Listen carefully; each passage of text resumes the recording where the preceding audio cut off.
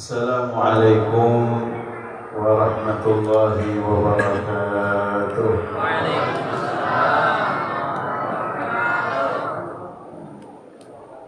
Alhamdulillahi rabbil alamin, wa bihi nasta'inu ala umuri dunya waddin. Allahumma salli wa sallim ala sayyidina Muhammad معدن الإلهام وباب خوارق الأفهام الذي انجلت في مرآته صور جميع المكونات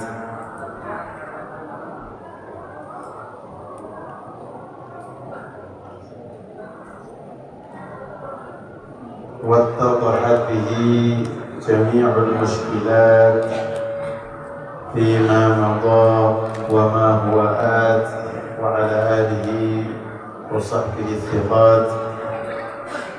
سبحانك لا علم لنا إلا ما علمتنا إنك أنت العليم الحكيم. رب اشرح لي صدري ويسر لي أمري واحلل عقدة من لساني يفقهوا قولي واهد به قلبي وسدد به لساني بجاه سيدنا محمد صلى الله عليه وعلى آله وصحبه وسلم. اللهم أخرجنا من ظلمات الوهم وأكرمنا بنور الفهم وافتح علينا بمعرفة العلم وسهل أخلاقنا بالعلم وزدنا علما واجعلنا من الذين يستمعون القول فيتبعون أحسنه. آمين يا رب Alamin. Yang saya muliakan, yang saya ta'zimi, yang saya hormati para habaib hadir di tengah-tengah kita, orang tua kita Al-Habib Yahya Maula Khaleh, hadir di tengah-tengah kita Habib Abdurrahman bin Syihab, juga beliau Al-Habib Ahmad Al-Ghaiz, guru kita, pembimbing kita Al-Habib Al-Ustaz Hussein bin Ahmad Al-Habsyi, para guru yang hadir pada malam hari ini, Guru Helmi, Guru Subhan, Guru Halim Al-Afu, Ustaz Razak, dan seluruh asatidz yang hadir di tengah-tengah kita, hadirin hadirat yang dimuliakan Allah Subhanahu wa taala. Alhamdulillah, malam hari ini insyaallah menjadi malam yang bahagia untuk kita semua. Majelis santai tapi berisi, gitu. Jadi majelisnya enggak terkesan tegang gitu, kayak mau perang aja. Santai, tapi berbobot majelisnya. Santai tapi berbobot. Kenapa? Santai karena insya Allah aktivitas yang ada di dalamnya ini aktivitas yang kita suka semua, kita senang. Biasanya orang itu kalau diajak bersama-sama dengan sebuah irama itu kira-kira senang. Iya, buktinya paling sering mutolaah itu HP aplikasi yang paling sering dibuka kata Habib Husin tadi TikTok. Lagunya siapa, Habib? Rehan katanya. Kenapa? Ya memang orang itu senang kalau diajak berirama. Makanya metode dakwah yang paling tepat di akhir zaman, di saat-saat seperti kita ini, ya sholawat. Majelis sholawat itu majelis yang paling rame hadirinnya. Ini kalau sholawat segini banyak, coba misalnya besok Guru Fulan, Habib Husin mengadakan kajian kitab fikih, insya Allah nggak sebanyak ini, insya Allah. Kenapa? Karena kurang diminati, kira-kira begitu. Makanya saya katakan majelis ini insya Allah majelis santai, Karena apa yang kita lakukan ini terkait irama, tapi irama sholawat. Irama sholawat tapi berbobot. Seperti yang tadi Habib Husin sampaikan. Kita hanya bermodal mau ikut vokalnya, membaca syair, membaca qasidah, kita tinggal ikut aja. Kita tinggal ikut, bahkan mengangkat suara kita untuk bersalawat kepada Nabi Muhammad sallallahu alaihi wasallam. Itu sudah luar biasa. Tadi Habib Husin menyitir satu riwayat, dan itu sebenarnya di balik riwayat tersebut ada sebuah kisah yang disebutkan oleh Syekh Muhammad Nawawi Al-Bantani di dalam kitabnya Tanqihul Qaul. Beliau bercerita, suatu saat ada seorang alim, orang yang sufi. Dia Masya Allah, namanya orang alim, sufi, berarti dia dekat kepada Allah Subhanahu wa Ta'ala. Orang yang dekat sama Allah, punya kedudukan tinggi di sisi Allah Subhanahu wa Ta'ala. Tapi kebetulan dia punya tetangga yang suka mabuk. Mohon maaf ini, punya tetangga yang suka mabuk, artinya suka maksiat. Ini orang sufi, dia merasa dirinya itu orang yang ngerti, terus melihat kemungkaran, kemaksiatan di hadapannya, sehingga dia merasa bertanggung jawab untuk memberi nasihat, untuk memperingati. Seringkali dinasehati, dipanggil tetangganya, dikasih nasihat, dipanggil gak mempan, sufinya tadi itu, walinya tadi itu yang datang ke tempatnya dia, dikasih nasihat untuk bertobat kepada Allah Subhanahu wa Ta'ala, gak kesampaian, masih gak mau bertobat. Singkat cerita, suatu saat, satu waktu, si pemabuk tadi meninggal. Namanya seorang wali, orang yang dekat kepada Allah, dia punya hati yang rahmat. Bukan terus alhamdulillah, mati, alhamdulillah. Tidak begitu. Karena punya hati yang rahmat, dia merasa menyesal. Kenapa saya nggak bisa menyelamatkan dia? Seandainya saya sehari itu saya atur berjam-jam, saya datangi dia, saya nasihati dia, insya Allah dia sudah tobat sebelum meninggal. Tapi sekarang bagaimana nasibnya? Akhirnya kepikiran ini. Orang sufi tadi, orang soleh ini terpikir terus seperti itu. Hingga suatu saat akhirnya dimimpikan tetangganya yang mabuk tadi, yang sufi, mengkhawatirkan keadaannya ini apa di kuburan dia ini. Dia min ahli nar atau bagaimana nggak tahu, kepikiran. Akhirnya si wali tersebut bermimpi. Tetangganya yang mabuk tadi datang di dalam mimpinya wali yang soleh. Di dalam mimpi tadi si wali ini melihat pemuda yang pemabuk tadi berada di tempat yang luar biasa, di kedudukan yang tinggi, seakan-akan di surga. Akhirnya terlibat dialog percakapan antara si wali tadi dengan si tetangga yang pemabuk tadi. Si wali bertanya, bima nilta hadhil manzilah al-aliyah.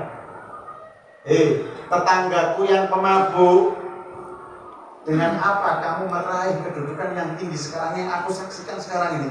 Kamu kok bisa mendapatkan kedudukan yang tinggi? Dengan apa kamu mendapatkan itu? Akhirnya di dalam mimpi tadi, pemuda pemabuk tadi dia bercerita, wahai seorang alim sufi, dulu waktu aku hidup, aku pernah ikut majelis, hadir di dalam majelisnya seorang yang alim. Sudah anggap seperti ini, majelis maulidan gitu, atau pengajian. Ketika aku hadir, si alim itu dia berceramah, memberikan tausiah, memberikan pengarahan. Dia menyitir satu riwayat dari Rasulullah SAW. Man shalla 'ala Nabi sallallahu alaihi wasallam wa rafa'a sautahu wajabat lahul jannah. Siapa orang yang dia bersolawat kepada Nabi Muhammad SAW, wa rafa'a sautahu, dan dia mengangkat suaranya. Bukan solawat, tapi apa ini bahasa Arabnya? Bahasa Banjarnya itu. cuman gerak mulutnya aja itu Pak. Kalau bahasa Jawa umi-umi. Makarimut. Cuma seperti itu enggak, tapi dia warafa'a sauta, mengangkat suaranya. Wajabat lahul jannah, maka wajib bagi dia surga. Katanya orang pemabuk dalam mimpinya tadi, ketika si alim mengatakan itu, aku otomatis mengangkat suaraku untuk bersolawat. Saya sampai gak sadar, saya mengatakan Allahumma sholli ala Muhammad, teriak dia. Akhirnya seluruh hadirin yang saat itu mendengarkan aku bersolawat, semuanya ikut mengangkat suaranya. Dan Allah subhanahu wa ta'ala memberikan pengampunan kepadaku dan semua orang-orang yang hadir saat mereka mengangkat suara dalam rangka bersolawat kepada Nabi Muhammad SAW. Dengan sebab baca solawat tadi, mengangkat suaranya, dia ternyata mendapatkan kedudukan yang tinggi. Padahal secara zahir dia ahli maksiat. Orang-orang sekitarnya, masyarakat saat itu, atau mungkin tetangganya nggak tahu, dikira dia mati, belum taubat, dia masih melakukan aktivitas kemaksiatannya itu, dikira matinya suul khotimah. Tapi ternyata suatu waktu dia pernah menyempatkan hadir majlis, dia bersolawat kepada Nabi, mengangkat suaranya dalam rangka solawat kepada Nabi, ternyata dia mendapatkan kedudukan yang tinggi di sisi Allah Subhanahu wa ta'ala. Makanya tadi Habib Husin sampai manggil 4 orang, ayo Joko Tingkir tadi ya, baca Joko Tingkir, ngajak solawat di Jeddah. Kalau di Jawa tidak ada, baca maulid di Jeddah begitu. Sebentar, ada peringatan, ada warning. Diangkat ya suaranya, tidak ada begitu. Langsung aja dibaca pasal terus seperti itu. Kenapa? Dalam rangka untuk itu tadi. Ketika kita baca sholawat, kita membaca syair, kita ikut mengangkat suara kita. Karena nggak main-main pahala yang akan didapatkan. Kita ngaku, kita iktiraf kalau kita ini ahli maksiat. Kita ngaku belum bisa meninggalkan kemaksiatan karena kita masih terendah di sisi Allah Ta'ala. Tapi ketika majelis sholawat ini, kita angkat suara kita untuk bersholawat. Mungkin itu jadi sebab menghapus seluruh dosa kita yang kita lakukan. Kalau kita mau hitung-hitung sehari aja ke belakang ini, mulai tadi kita bangun tidur sampai sekarang, berapa maksiat yang kita lakukan? Berapa kemaksiatan? Kira-kira kalau dibandingkan, dikomparasikan antara ketaatan dengan kemaksiatan, kira-kira banyak mana Bu? Kira-kira banyak maksiatnya. Mohon maaf, mulut kita ini banyak menghibah atau banyak sholawatan kira-kira? Insya Allah masih banyak menghibah. Saya nggak tahu, mulut ini ngomong apa aja nggak tahu kita. Ngomong kotor, hibah, segala macam sudah kita keluarkan dari mulut kita ini. Tapi pada malam harinya, saat-saat ini, ba'da isya, kita semua kumpul di sini bersolawat bersama. Maka solawat yang kita panjatkan, yang kita kumandangkan dengan suara keras tadi, ibarat menjadi pencuci mulut kita. Dosa yang kita lakukan sebab mulut tadi lu, mulai pagi bangun tidur sampai malam, dihapus semuanya oleh Allah Subhanahu wa ta'ala. Bahkan bukan hanya yang terkait dengan lisan, dengan mulut, semua dosa kita diampuni oleh Allah Subhanahu wa ta'ala. Barokahnya Nabi Muhammad SAW. Gak main-main Pak, gak main-main Bu. Kita punya Nabi itu luar biasa. Kamu hanya sholawat menyebut nama beliau saja kita diampuni dosanya. Coba kita kalau kita hitung-hitung, ada orang selalu bersalah kepada kita, bukan sehari 2 hari, bertahun-tahun. Terus kira-kira kalau kita nyebut namanya dia, Pak Joko misalnya, ini ada orang suka mengganggu Pak Joko puluhan tahun misalnya. Terus orang tadi cuma sekedar manggil Pak Joko, kira-kira Pak Joko maafkan dia benda? Cuma nyebut namanya saja, gak pakai ngomong minta maaf atau dia mengakui kesalahan, cuma nyebut Pak Joko gitu saja. Kira-kira dimaafkan? Gak ada. Tapi kalau kita bermaksiat kepada Allah, bermaksiat dengan syariatnya Nabi Muhammad, nyebut namanya Nabi Muhammad, kita diampuni semuanya. Makanya kita punya Nabi gak main-main. Luar biasa Nabi kita itu. Kita hanya terkait sedikit saja dengan Nabi, itu bisa menghapus segalanya. Nah, dalam satu riwayat dikatakan, siapa yang membaca sholawat kepadaku, dia akan mendapatkan 10 dalam 3 hari. Diangkat derajatnya 10 derajat, ditulis baginya 10 kebaikan, diampuni 10 dosa-dosa. Dapat 10-10 itu. Hanya karena bersolawat kepada Nabi Muhammad Sallallahu Alaihi Wasallam. Insyaallah mulai malam ini masyarakat Sungai Hanyu tambah senang bersolawat kepada Nabi. Insyaallah. Tambah semangat, tambah rutin semua rutinitas aktivitas yang terkait dengan Rasulullah Sallallahu Alaihi Wasallam. Tidak usah khawatir, tidak usah kecil hati. Siapapun kita, keadaannya apapun, bagaimanapun kita, kalau kita punya Nabi Muhammad SAW, kita jadi ikut mulia. Karena hebatnya Nabi, semua yang terkoneksi, semua yang terhubung dengan Nabi Muhammad ikut mulia. Ini ada sesuatu dia biasa saja, nggak punya nilai. Tapi ketika sesuatu itu terikat, terhubung dengan Nabi Muhammad SAW, maka sesuatu yang tadi biasa jadi luar biasa. Yang nggak ada nilainya menjadi bernilai. Makanya itu dibahas oleh para ulama. Loh, kenapa kok Nabi itu dilahirkan hari Senin? Kenapa nggak hari Jumat aja? Ini Nabi loh ini, katanya paling dicintai sama Allah. Logikanya kan Allah harusnya mengaitkan semua kepada Nabi dengan sesuatu yang mulia. Lahirnya di hari Jumat misalnya, karena dari 7 hari itu yang paling mulia hari Jumat. Kenapa nggak hari Jumat? Di bulannya kenapa? 12 bulan itu ada bulan Ramadan. Saat itu masyarakat kafir Quraisy sudah mengenal bulan mulia, 4 bulan haram itu. Kenapa kok nggak di bulan-bulan itu? Di bulan Rabiul Awal, yang saat itu masyarakat Quraisy tidak mengenal bulan Rabiul Awal, tidak punya nilai sejarah. Bulan Rabiul Awal ini lahirnya hari Senin, bulannya Rabiul Awal. Kenapa kok nggak hari Jumat atau bulan Ramadan begitu sekali? Apa pesannya? Apa hikmahnya itu? Syekh Muhammad Said Ramadan Al-Buti di dalam kitabnya membahas itu. Di antara hikmahnya Allah memilihkan kelahirannya Nabi pada hari Senin dan pada bulan Rabiul Awal karena Allah ingin menunjukkan sesuatu yang biasa menjadi luar biasa, yang biasa saja menjadi istimewa karena sebab Nabi. Hari Senin, sebelum Nabi dilahirkan di hari Senin itu biasa.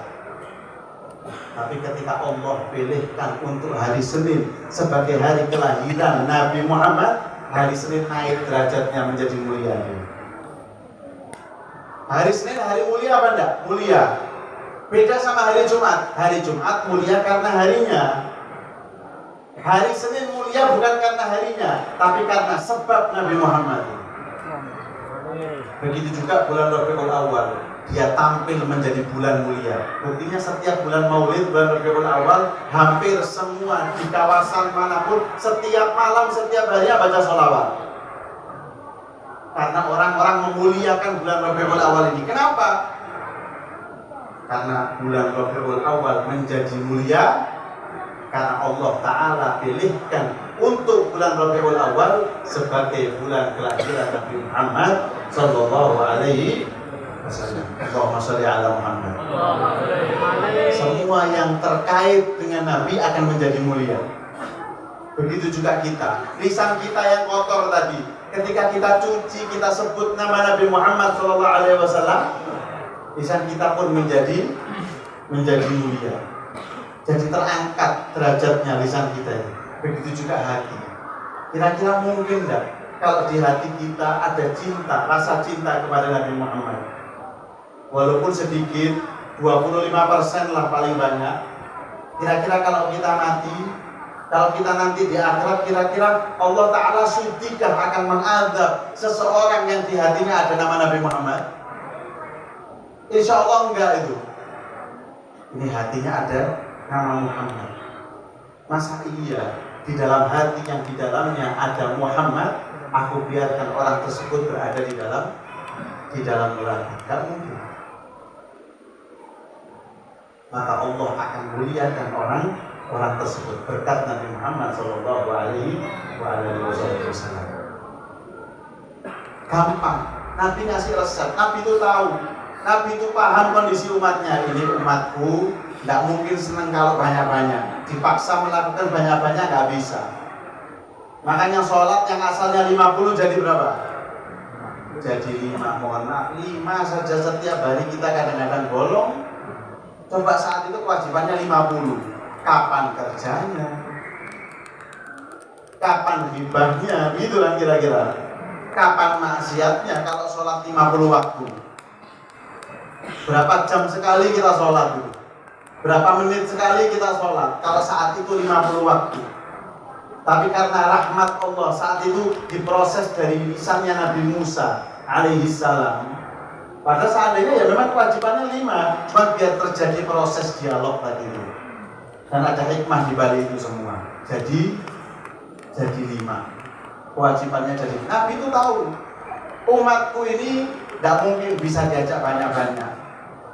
Dikasih amalan yang sedikit tapi pahalanya luar biasa. Makanya tadi itu sholatnya 5, asalnya kewajibannya 50, dikurang sampai 5. Kata Allah Ta'ala, kamu walaupun umat Muhammad mengerjakan 5 tapi pahalanya 50. Tapi pahalanya 50 sama. Kita sholawat sedikit pahalanya luar biasa. Dilipat-lipat gandakan. Makanya itu supaya majelis ini ada hasilnya. Biar kita hadir majelis maulid itu ada hasil yang bisa kita bawa pulang. Jangan cuma hadir pulang gitu. Sudah selesai, sudah pulang lagi, besok hadir maulid lagi. Tidak ada satu hal yang bisa kita petik hikmahnya daripada acara-acara seperti ini. Minimal kita baca sholawat 10 pagi hari, 10 malam hari. Di dalam riwayat mengatakan siapa dari umatku yang membaca sholawat 10 kali pagi hari atau 10 kali sore atau malam hari, maka dia pasti mendapatkan syafaatku di hari kiamat. 10 kali pagi, 10 kali, 20 saja. Pagi sama sore atau malam. Setiap hari tapi. Apa hasilnya? Apa yang akan diraih? Dia akan mendapatkan syafaat di hari kiamat. Kita nanti di hari kiamat mau nyari apa? Mau masuk surga, mudah-mudahan masuk surga. Proses masuk surga ini setengah mati, Pak. Pertama dia matinya harus husnul khotimah dulu. Kalau tidak husnul khotimah kemungkinannya masuk surga kecil. Nanti ketika hari kebangkitan dia harus mengalami hisab, mizan, lewat siratal mustaqim. Itu proses yang sangat membingungkan itu.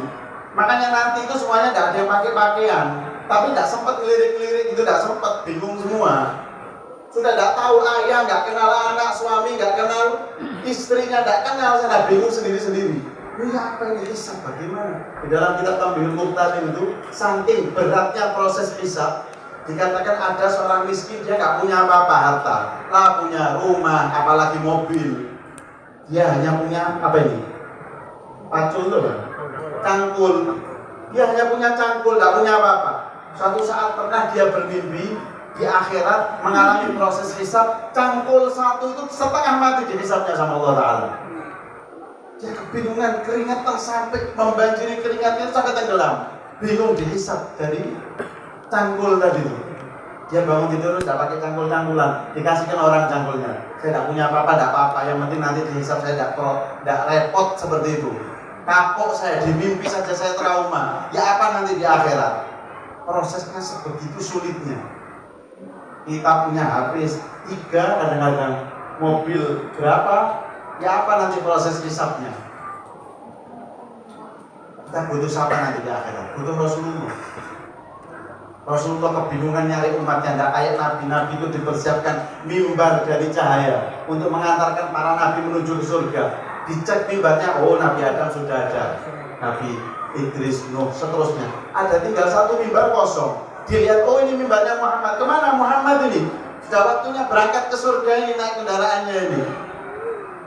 Ternyata Nabi Muhammad masih kebingungan, lihat nyari-nyari umatnya. Kesian umatku dihisab, ya apa kabarnya umatku dihisab? Kesian, saya mau enak-enakan di surga. Sedangkan umatku dihisab, repot. Masa iya saya bisa menikmati surga? Misalnya pian jadi ayah jadi ibu, dipamiti anaknya misalnya sekolah ujian. Kadang-kadang sarapan itu tidak nafsu, tegang. Padahal enak sarapannya itu. Dia tidak bisa menikmati hidangan di hadapannya karena memikirkan anaknya yang ujian, kadang-kadang begitu. Begitu juga Nabi Muhammad nanti di akhirat, kebingungan kepikiran umatnya itu.